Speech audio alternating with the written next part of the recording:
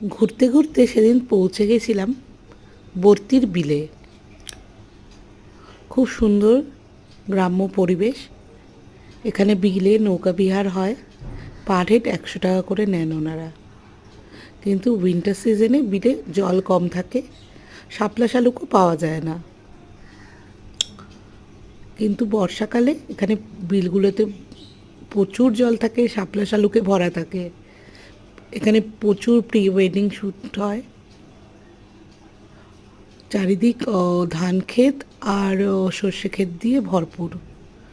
খুবই সুন্দর গ্রাম্য মনোরম পরিবেশ। বিকেলবেলার দিকে এলে সানসেটটা খুব সুন্দর দেখা যায় এখান থেকে।